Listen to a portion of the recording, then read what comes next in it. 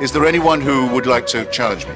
Well, what an incredibly stupid question. You give me the awful impression, I hate to have to say it, of someone who hasn't read any of the arguments against your position ever. The empty life of this ugly little charlatan proves only one thing, that you can get away with the most extraordinary offences to morality and to truth in this country if you'll just get yourself called reverend. Are you asking me or telling me? I'm asking you a question. Well, why don't you listen to what I've got to say then? You're saying that they're ridiculous people. I've had to be sitting in this chair for half an hour listening to you being a megaphone for frauds, and I'm giving you my response. People like that should be out in the street shouting and hollering with a cardboard sign and selling pencils from a cup. Guys, stop. God bless us all. Just stop and let's have a meaningful conversation instead of people talking on top of each other. Don't invite me on and tell me to keep quiet. Your audience, which will clap apparently anything, is frivolous. No, I'm just saying. That's what I said. You took up all the time for my answer with your long, well, unlettered question. Oh.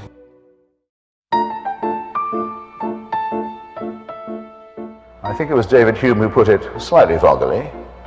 This was again about the virgin birth, I think. Which is more likely, that the whole natural order is suspended, or that a Jewish minx should tell a lie? There has to be an answer to this kind of question. Is it not the case that the spread of Christianity, about which you spoke so warmly and affectingly in your opening remarks, attributing it to the innate truth of the Bible story, was spread by that means, or because the Emperor Constantine decided to make Christianity the official religion of the Roman Empire? Which, in your view, contributed more to the spread of the faith? The Holy Spirit. I rest my case. In order to be Christian, you have to believe that for 98,000 years, our species suffered and died, most of its children dying in childbirth, most other people having a life expectancy of about 25, dying of their teeth, famine, struggle, bitterness, war, suffering, misery, all of that for 98,000 years. Heaven watches it with complete indifference. And then 2,000 years ago thinks, that's enough of that, it's time to intervene. The best way to do this would be by condemning someone to a human sacrifice somewhere in the less literate parts of the Middle East. Let's appeal to the Chinese, for example, where people can read and study evidence and have a civilization. Let's go to the desert and have another revelation there. This is nonsense. It can't be believed by a thinking person. All of this could be part of a plan. There is no way an atheist can prove it's not. But it's some plan, isn't it? With mass destruction, pitiless extermination, annihilation going on all the time, and all of this set in motion on a scale that's absolutely beyond our imagination, in order that the Pope can tell people not to jerk off.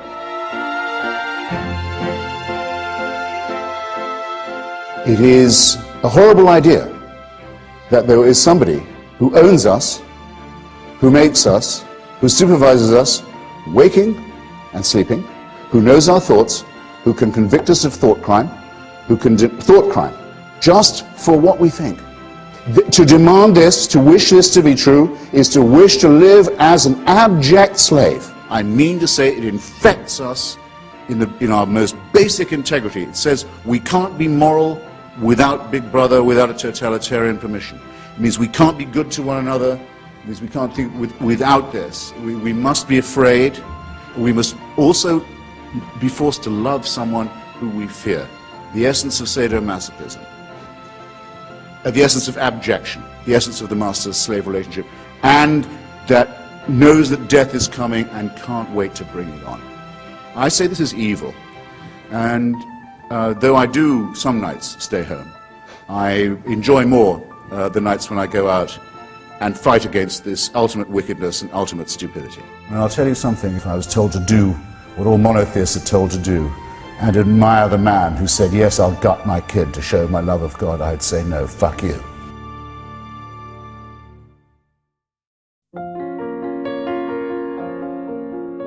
One of the things I live for is to return a stout and joyful non-serviam to this dictator, who I'm pleased to find doesn't really exist, but is instead a creation of those who want to install a theocracy in the real life where I can participate, and I'm not going to give them an inch. The second thing I live for is if not exactly passing on my genes, taking part in activities that might allow those genes to be passed on. Call someone an imam or a priest or a reverend, there's nothing they can't get away with in our culture.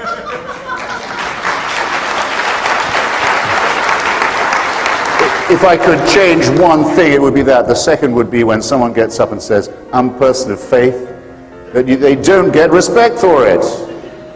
They think that's a respect-producing statement. I am a person of faith. You know, I'm a person who will believe practically anything on no evidence at all. I think what I mainly live for is contemplating the misfortunes of other people. Well, that leads me to a very... That and vindication, being proved repeatedly and over again right when other people were wrong. That does a lot for me.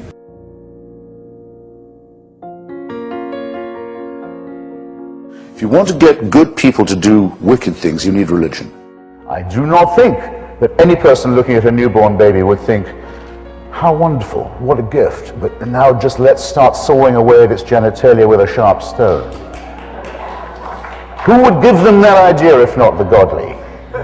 And what kind of argument from design is this? Babies are not born beautiful, they're born ugly. They need to be sawn a bit because the handiwork of God is such garbage. Well, honestly.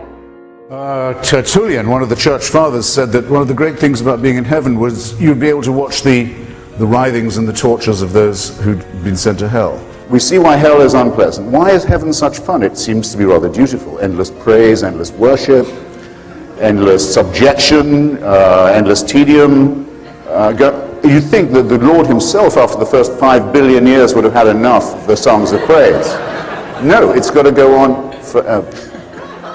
Oh, well, I think mockery of religion is one of the most essential things, because to demystify supposedly holy texts that are dictated by God and show that they are man-made, what you have to show their internal inconsistencies and absurdities. And one of the beginnings of human emancipation is the ability to laugh at authority. It's an indispensable thing. People can call it blasphemy if they like, but if they call it that, they have to assume that there's something to be blasphemed, some divine word. Well, I don't accept the premise. I dare say you know what the Buddhist says to the hot dog vendor. You don't? He says, make me one with everything. Yeah, well, wait, that's only part one, because the Buddhist then hands over a $50 bill and waits while he munches, and nothing happens. And he says to the hot dog vendor, okay, what about my change? And the hot dog vendor says, change comes only from within. I myself have never heard anything more profound than that.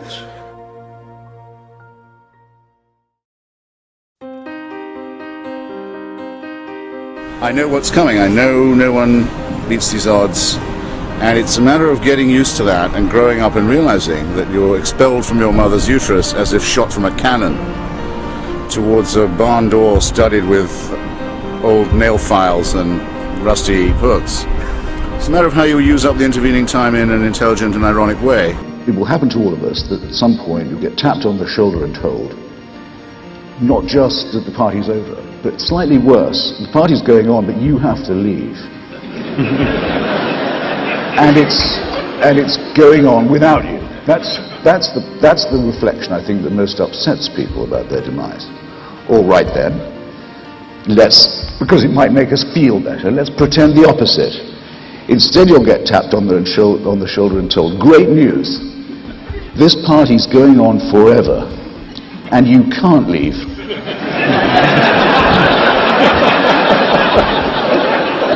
You've got to stay.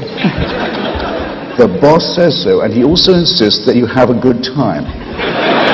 To me, the offer of certainty, the offer of complete security, the offer of an impermeable faith that can't give way, is an offer of something not worth having. And I'd urge you to look at those of you who tell you, those people who tell you at your age, that you're dead till you believe as they do. What a terrible thing to be telling to children. And that you can only live,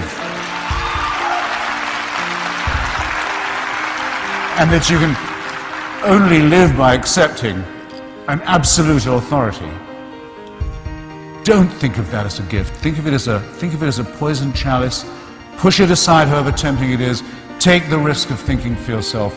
Much more happiness, truth, beauty, and wisdom will come to you that way. Thank you. How much longer are you going to do this? Till I drop.